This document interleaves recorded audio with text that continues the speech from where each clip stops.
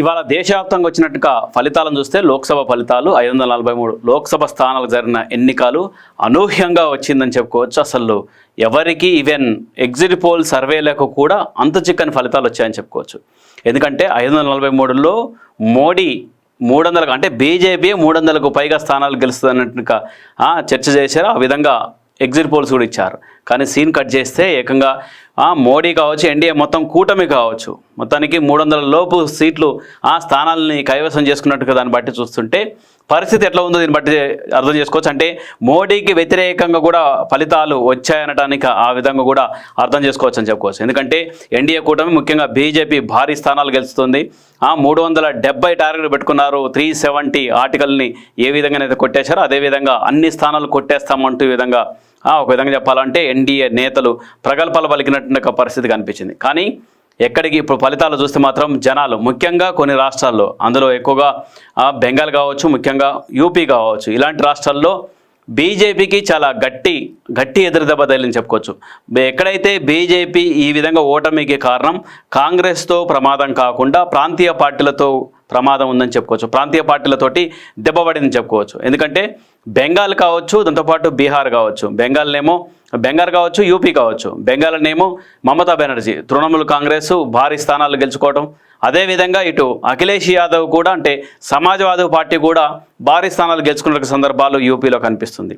అంతేకాకుండా రాజకీయ ప్రయోగశాలను చేసినట్టుగా మహారాష్ట్రలో కూడా ఎక్కువగా మహారాష్ట్ర ఓటర్లు ఎక్కువగా స్థానికతకు ఎక్కువగా ప్రాధాన్యత ఇచ్చారు. అందులో కాంగ్రెస్ కావచ్చు, ఎన్సీపీ కావచ్చు కూటమికి ఎక్కువగా ఇచ్చారని చెప్పు. అంటే కాంగ్రెస్ కూటమి అంటే ఇండియా కూటమికి ఎక్కువగా మద్దతు ఇచ్చినట్టుగా విధంగా కనిపిస్తుంది చెప్పుకోవచ్చు. ఈ విధంగా 3 పెద్ద రాష్ట్రాల్లో ఇండియా కూటమికి ఎక్కువగా స్థానాలు రావడంతో బీజేపీ గ్రాఫ్ పడిపోయింది. బీజేపీకి రావాల్సినట్టుగా స్థానాలు తగ్గిపోయాయనటాన్ని కూడా నిదర్శనంగా చెప్పుకోవచ్చు. ఈ విధంగా ఇండియా కూటమి చాలా బలంగా పెరిగింది.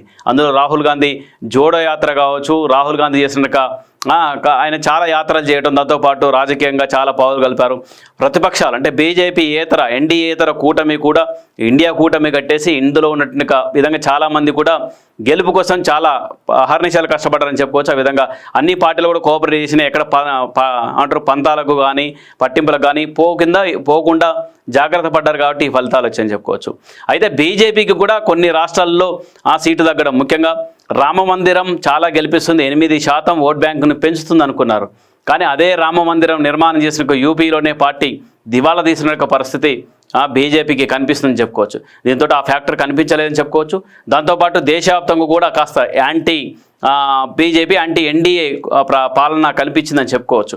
ఎందుకంటే దేశవ్యాప్తంగా కూడా కొన్ని ముఖ్యంగా గ్యాస్ ధరలు కావచ్చు, పెట్రోల్ ధరలు కావచ్చు, ఇవన్నీ కూడా గత కొంతకాలం నుంచి 10 ఏళ్ళ నుంచి ప్రభుత్వం ఉంది కాబట్టి ఆ ప్రభావం అంతా కనిపిస్తుంది. ఓటర్లు ముఖ్యంగా మధ్యతరగతి కావచ్చు, దిగువ మధ్యతరగతి కావచ్చు, వీళ్ళంతా రిజెక్ట్ చేసేట పరిస్థితి, రిజెక్ట్ చేసినట్టు ఫలితాలు ఉన్నాయని చెప్పుకోవచ్చు.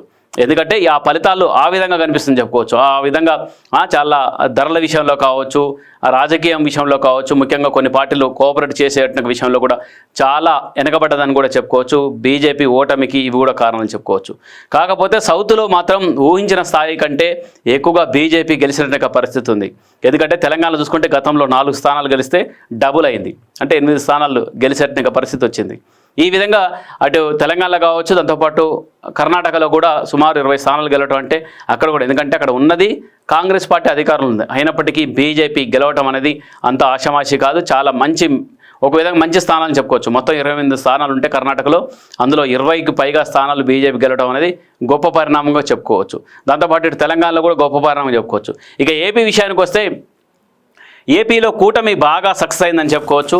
కూటమి విషయంలో కూటమి కూడా చాలా సక్సెస్ అయింది. ఎందుకంటే చంద్రబాబు కూడా అనేక లెక్కలేశారు. సుదీర్ఘ రాజకీయ అనుభవం ఉన్నట్టుగా చంద్రబాబు, సుదీర్ఘ అనుభవం ఉన్నట్టుగా రాజకీయ చతురత ఉన్నట్టుగా చంద్రబాబు ముందస్తుగానే అంటే చాలా క్యాల్కులేట్ చేశారు. బీజేపీతో కలిసి ఉంటే ఎక్కువ స్థానాలు గెలిస్తే ఎట్లుంటుంది పరిస్థితి అని ఆ విధంగా చూసుకున్నారు. ఏపీ విషయానికి వస్తే ఏపీలో లాంగ్ టైం తీసుకున్నారు. దీంతో సుమారు అంటే ఎన్నికల నోటిఫికేషన్కి ఎన్నికలు జరిగిన మే 13కి సుమారు 2 నెలల సమయం ఉండటంతో దానికి ఎన్డీఏ కూటమికి మంచి సమయం ఇచ్చినట్టయింది. దాంతో చంద్రబాబు కావచ్చు, జనసేన కావచ్చు, బీజేపీ కావచ్చు, వాళ్ళ సీట్ల సర్దుబాటు కూడా సర్దుమణిగింది. ఎలాంటి పంచాయతీ లేకుండా చాలా జాగ్రత్తగా ముందుకెళ్లారు. అందులో సీనియర్ రాజకీయ నాయకుడు చంద్రబాబు కూడా ఇందులో పావులు గదిపారని చెప్పుకోవచ్చు. అయితే కూటమి విజయంగానే చూడాలి. ఏపీలో చంద్రబాబు విజయంగానే జనసేన విజయం అంటే పవన్ కళ్యాణ్ విజయంగా చూడొద్దు. ఎందుకంటే బీజేపీ మద్దతు కూడా కలిసి వచ్చింది. ఎందుకంటే సౌత్ ఇండియాలో బీజేపీకి గ్రాఫ్ పెరిగింది. అందులో భాగంగానే ఏపీలో కూడా గెలవడానికి కారణమైందని చెప్పుకోవచ్చు. ఏపీలో అత్యధిక స్థానాలు సుమారు 21 స్థానాలు ఎన్డీఏ కూటమికి వచ్చాయి. ఈ విధంగా ఎన్డీఏ కూటమి కూడా ఏపీలో గెలవడానికి కూడా చాలా కారణాలు ఉన్నాయి. అందులో ముఖ్యంగా జగన్ విఫలమయ్యారని చెప్పుకోవచ్చు. పూర్తిగా ఏపీ రాజకీయాలను ఒకసారి చూస్తే జగన్ పూర్తిగా విఫలమయ్యారని చెప్పుకోవచ్చు. ఎందుకంటే గతంలో వైఎస్తో ఉన్నటువంటి వైఎస్ ఇమేజ్ పనిచేసి ఆ విధంగా మొదటిసారి గెలవడానికి వైఎస్ ఇమేజ్ కూడా పనిచేసింది. దాంతోపాటు చంద్రబాబు అప్పట్లో ఉన్నట్టు చంద్రబాబు వ్యతిరేకత కూడా పనిచేసి 151 స్థానాలు వచ్చాయి. కానీ ఇప్పుడు ఆ పరిస్థితి లేనటువంటి ఒక పరిస్థితి కనిపించింది. ఒక్కసారి మాత్రమే వైఎస్ ఇమేజ్ పనిచేస్తుంది. ఆ తర్వాత జగన్ పరిపాలన దక్షత మీద ఆధారపడి ఉంటుందని అందరూ భావించారు. మరొక అంశం ఏంటంటే ఏపీ ఓటర్లు కావచ్చు, ఏపీ జనం కావచ్చు, ఇద్దరి పరిపాలన చూశారు. చంద్రబాబు పరిపాలన, జగన్ పరిపాలన. ఇద్దరి పరిపాలన చూసిన తర్వాత కరెక్ట్ తీర్పిస్తారని అందరూ ఊహించినట్టుగానే ముఖ్యంగా రాజకీయ విశ్లేషకులు కరెక్ట్ తీర్పిచ్చారని చెప్పుకోవచ్చు. ఎందుకంటే ఏపీలో ఇద్దరు పరిపాలన చేశారు, జగన్ది అండ్ చంద్రబాబుది. ఎవరు బెటర్ అనే నిర్ణయానికి వచ్చి చంద్రబాబే బెటరు, అభివృద్ధికి, పరిపాలనకు, సంక్షేమానికి అన్నిటికీ బాబే బెటర్ అనేట్టుగా నిర్ణయానికి వచ్చారు. అంతేకాకుండా 5 ఏళ్లలోనే జగన్ తీవ్రమైనట్టుగా వ్యతిరేకత మూట కట్టుకొని ఇంటికి పోయినట్టుగా పరిస్థితి ఉంది. ఎందుకంటే జగన్ కుటుంబ కలహాలు కావచ్చు, గెలిచిన తర్వాత తల్లిని దూరం పెట్టడం, చెల్లిని దూరం పెట్టడం, దాంతోపాటు చాలా రాజకీయంగా రకరకాల ప్రయోగశాలలు చేశారు.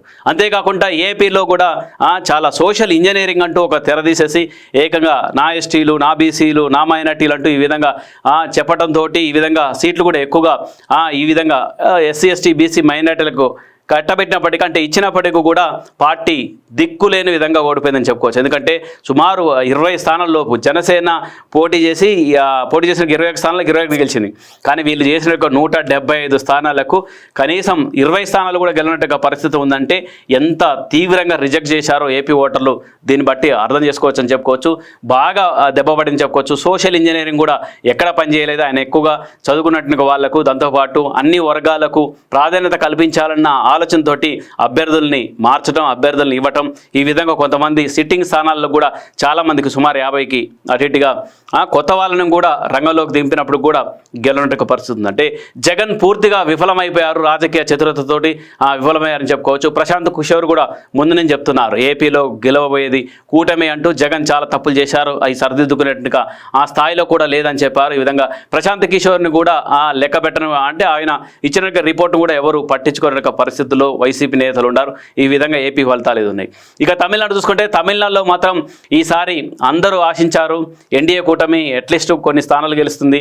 అందులో మన దగ్గర గవర్నర్గా పనిచేసినట్టుగా తెలంగాణ గవర్నర్ పనిచేసిన తమిళైసై సౌందరరాజన్తో పాటు అన్నామలై ఇలాంటి నేతలు ఎవరు కూడా అక్కడ ప్రభావం చూపించినట్టుగా విధంగా ఉందని చెప్పుకోవచ్చు. ఎవరు ఆ ప్రభావం లేదు. దీంతో ఎన్డీఏ కూడా బొక్కబోర్ర పడిపోయింది తమిళనాడు చెప్పుకోవచ్చు.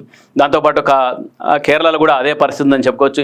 ఈ విధంగా దేశవ్యాప్తంగా కూడా ఎన్డీఏ ఎంతో ఆశలు పెట్టుకొని ఎంతో దేశవ్యాప్తంగా మరోసారి మోడీ ప్రధాని అవుతారు. భారీ మెజార్టీతోటి, భారీ సీట్లతోటి సుమారు 370 సీట్లు వస్తాయి. ఓన్లీ బీజేపీ పార్టీకి, ఒక్క బీజేపీకి 300 సీట్లకు ఎక్కువగా గెలుస్తుందని అందరూ ఊహించారు రాజకీయ విశ్లేషకులు.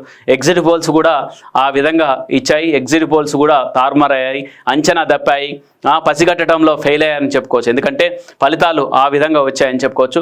మొత్తానికి రాహుల్ గాంధీ కూడా ఈ ఎన్నికలను బట్టి చూస్తే రాహుల్ గాంధీ కూడా మంచి రాజకీయ భవిష్యత్తు ఉంటుందని ఫలితాలు తేల్చేపాయని చెప్పుకోవచ్చు. ఎందుకంటే కష్టపడడానికి ఎప్పుడైనా ఫలితం ఉంటుందనటానికి ఉదాహరణగా ఈ విధంగా ముందస్తుగా ఒక గిఫ్ట్ ఇచ్చారు దేశ ఓటర్లు అని చెప్పుకోవచ్చు. ఎందుకంటే కాంగ్రెస్ను కూడా ఆదరించిన పరిస్థితి అన్ని రాష్ట్రాల్లో ఆదరించారు. బీజేపీ తర్వాత అతిపెద్ద రాజకీయ పార్టీగా కాంగ్రెస్ అవతరించింది. రాహుల్ గాంధీ కూడా మంచి వయసు ఉండటంతో, ఇంకా కొంతకాలం రాజకీయాల్లో వయసు ఉండటంతో ఆ పార్టీకి ఇక భవిష్యత్తులో కూడా ఆశలు ఉన్నాయి, అధికారంలోకి వస్తుందన్న ఆశలు ఉన్నాయి. ఈ విధంగా ఆశలు చిగురించే విధంగా, కనిపించే విధంగా ఫలితాలు వెలువడ్డాయని చెప్పుకోవచ్చు. ఈ విధంగా దేశవ్యాప్తంగా జరిగినట్టుగా లోక్సభ ఎన్నికలు.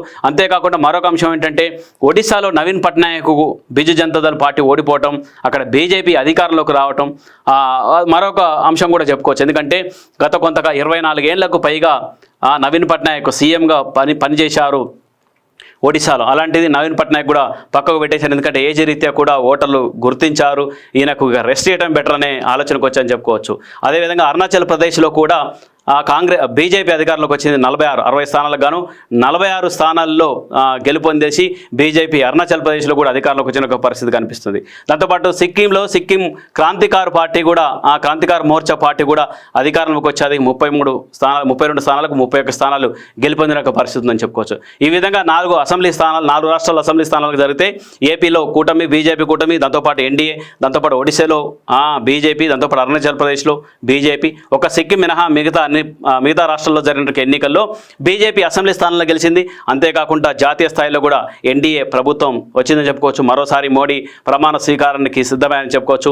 కాకపోతే మోడీకి ఒక జలకిచ్చారని చెప్పుకోవచ్చు, జనం జలకిచ్చారని కూడా చెప్పుకోవచ్చు. ఇవి ఒక్కసారి ఓవరాల్గా చూస్తే పరిస్థితి ఈ విధంగా ఉందని చెప్పుకోవచ్చు. హెమా హెమిల్ ఓడిపోయారు, బీజేపీలో ఉన్నట్టుగా హెమా హెమిల్, స్మృతి ఇరానీ లాంటి ఈ విధంగా హెమా హెమిల్ కూడా ఓడిపోయినట్టుగా పరిస్థితి ఈ ఎన్నికల్లో చెప్పుకోవచ్చు.